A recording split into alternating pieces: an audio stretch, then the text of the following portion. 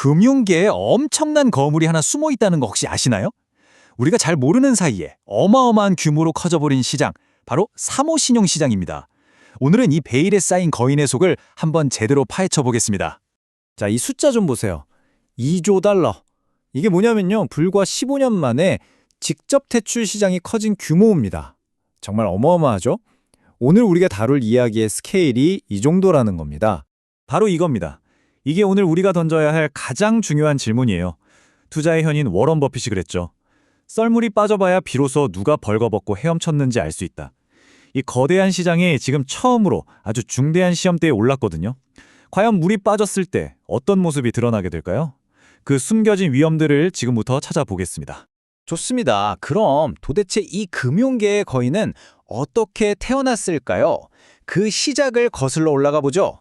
지난 50년에 걸친 금융혁신의 역사 속으로 한번 들어가 보겠습니다.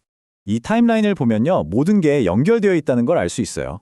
1970년대에 비우량 채권이라는 게 처음 생겨나면서 문이 열렸고 80년대엔 이걸로 기업을 통째로 사는 LBO 붐이 일었죠. 90년대에는 신디케이트론, 2000년대에는 대체 투자라는 힙한 이름으로 인기를 끌기 시작했고요. 그리고 결정적인 계기가 찾아옵니다. 바로 2010년대 금융위기. 규제 때문에 은행들이 몸을 사리니까 그 빈자리를 직접 대출이 파고들면서 말 그대로 폭발적으로 성장한 겁니다. 그리고 이제는 우리 같은 개인 투자자들에게까지 그 상품이 팔리고 있는 거죠. 여기서 잠깐 용어 하나는 확실히 하고 넘어가야 합니다. 투자 대가인 하워드 막스가 이걸 꼭 구분해야 한다고 강조하거든요. 넓은 의미의 사모 신용이 있고 그 안에 오늘날 시장의 핵심인 직접 대출이 있는 겁니다. 이건 뭐냐면 은행이 아니라 자산운용사 같은 곳들이 사모펀드가 인수한 회사에 직접 돈을 빌려주는 훨씬 더 구체적인 개념이라고 보시면 돼요. 자, 이제 하워드 막스의 핵심 투자 철학으로 한번 들어가 볼까요? 그는 지금 시장에서 벌어지는 일들이 사실은 전혀 새로운 게 아니라고 말합니다. 시대를 초월해서 계속 반복되어 온 아주 예측 가능한 인간 행동의 패턴이라는 거죠. 이 패턴 정말 흥미롭지 않나요? 모든 시장의 거품은 거의 이 순서대로 진행됩니다. 처음엔 와, 이거 대박이다 하는 새로운 게 나타나죠. 몇몇 선구자들이 이걸로 돈을 벌고 그걸 본 사람들은 배가 아프기 시작합니다. 질투가 생기는 거죠.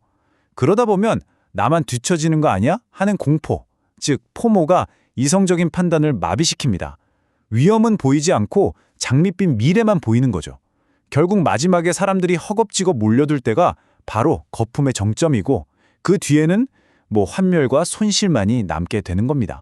하워드 막스가 인용한 워렌 버핏의 이 한마디가 모든 걸 설명해 줍니다. 투자 열풍의 마지막 단계, 그 가장 위험한 순간을 이보다 더 정확하게 표현할 수 있을까요? 그럼 이제 현재로 다시 돌아와 보겠습니다. 인공지능, 바로 이 AI라는 기술혁명이 어떻게 직접 대출 시장에 사상 첫 번째 중대한 위기를 불러오고 있는지 그 스트레스 테스트 현장을 한번 들여다보겠습니다. 근데 왜 하필 소프트웨어 회사였을까요? 한때는 너무 위험해서 쳐다도 안 봤던 분야인데 말이죠. 이유는 의외로 간단해요. 우리가 매달리는 넷플릭스 구독료처럼 꼬박꼬박 들어오는 현금 흐름이 있으니까요. 이 구독 수익이라는 게 아주 매력적인 담보처럼 보였던 겁니다. 바로 이게 문제입니다. 이 그래프를 보세요.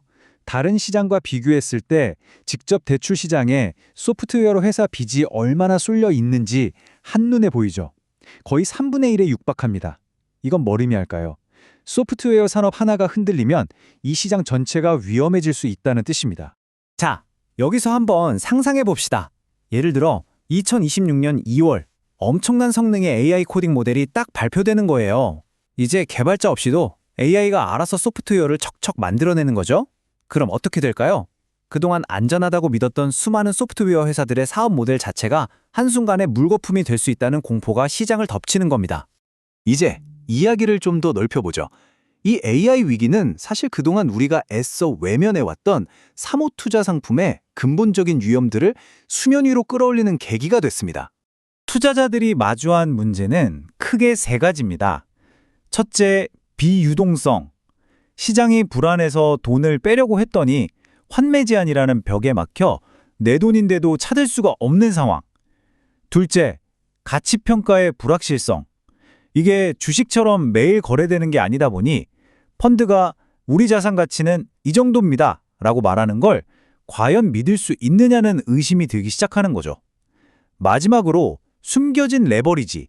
돈을 빌려서 투자했으니 좋을 땐 수익이 2배가 됐지만 상황이 나빠지니 손실도 2배로 커지는 부메랑이 되어 돌아온 겁니다.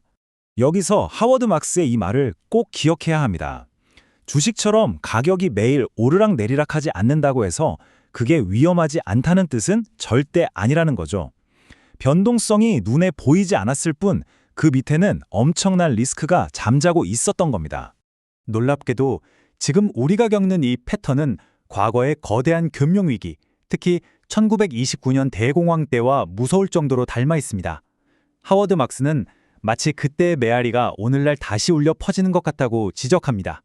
1929년 대공황을 불러온 3가지 핵심 원인이 바로 이겁니다. 첫째, 잘 모르는 대중에게 무작정 주식을 팔았고, 둘째, 빚을 내서 투자하도록 부추겼죠. 셋째, 당장 팔 수도 없는 자산을 언제 갚으라고 할지 모르는 단기 빚으로 산 겁니다. 이 표를 한번 보세요. 정말 소름 돋지 않나요? 1929년 빚내서 주식 사던 대중은 오늘날 직접 대출 펀드에 투자하는 개인 투자자와 너무나 닮았습니다. 당시의 마진론은 지금의 레버리지 펀드 구조와 판박이죠. 그리고 갑자기 돈 갚으라는 요구에 파산했던 과거처럼 지금은 환매 제한이 투자자들의 발목을 잡고 있습니다. 역사는 똑같이 반복되진 않지만 그 운율은 정말 놀랍도록 비슷하죠. 자, 이제 마지막 결론입니다. 이 모든 거품과 붕괴의 사이클을 만드는 근본적인 원인, 바로 시대를 초월하는 인간이라는 요소에 다시 한번 집중해 보겠습니다. 결국 하워드 막스와 같은 전문가들이 내리는 결론은 명확합니다. 진짜 문제는 금융상품이나 시장이 아니라는 거예요. 바로 우리 인간의 본성입니다. 이번에는 다를 거야 라는 낙관, 더 큰 불을 향한 야망, 그리고 이 좋은 시절이 영원할 거라는 믿음, 이 모든 것이 합쳐져 거대한 거품을 만들어내는 진정한 힘인 거죠. 그래서 지금이야말로 그 어느 때보다 신중해야 한다고 경고하는 겁니다. 오늘 이야기의 최종적인 교훈은 이 한 문장에 모두 담겨 있습니다. 이성적이지 않은 시장의 광기에 대한 유일한 해독제는 더 많은 규제가 아니라 바로 겸손이라는 것. 어떤 투자 전략도 완벽할 수 없고 어떤 시정도 영원히 오르기만 할 수는 없다는 것을 인정하는 자세가 아닙니다. 오늘 설명을 이 질문으로 마무리하려고 합니다. 이 질문을 스스로에게 한번 던져보세요. 지금 내가 하고 있는 투자는 과연 현명한 혁신가의 길을 가고 있는 걸까요? 아니면 마지막에 뛰어든 바보의 길을 가고 있는 걸까요? 여러분은 지금 어디쯤 서 계신가요?